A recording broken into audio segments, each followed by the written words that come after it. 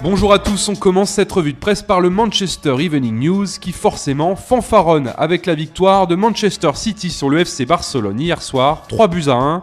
C'est qui le Barça, se demandent les Anglais, un brin chambreur.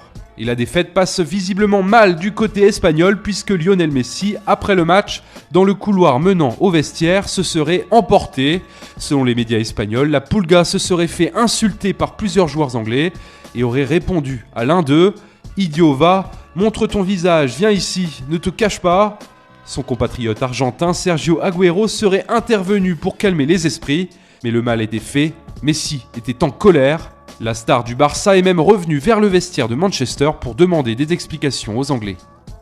En revanche, tout va bien pour l'Atlético, qualifié pour les huitièmes de finale après sa victoire face aux Russes de Rostov. Antoine Griezmann, auteur d'un doublé, fait la une du quotidien AS. En Italie, on demande à Miralem Pjanic de faire le lion, de rugir face ce soir à son ancien club, l'Olympique lyonnais.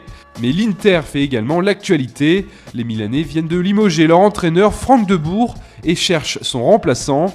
Stefano Pioli était ultra favori hier, mais ce matin, rebondissement, les nouveaux propriétaires chinois souhaitent voir Gus Hiddink à la tête du club. À Marseille, Maxime Lopez à la cote en ce moment, au point même de faire les gros titres jusqu'en Angleterre. Crystal Palace voudrait en janvier se faire prêter le jeune wonderkid de l'OM, mais Arsenal et Liverpool suivent également le milieu de 18 ans puisque selon le Daily Star, les scouts des clubs anglais seraient partis observer Lopez sur la Canebière. Et on termine par cette une du Canard enchaîné concernant François Hollande et les droits télé en Ligue 1. Après la révélation d'un coup de fil du président à l'émir du Qatar, la Ligue française de football s'apprête à saisir la justice. Sa perte sur les droits télé est estimée à plus de 100 millions d'euros. Plus d'informations concernant cet article à retrouver sur notre site. Et voilà, c'est tout pour aujourd'hui. Bonne journée à tous sur Foot Mercato et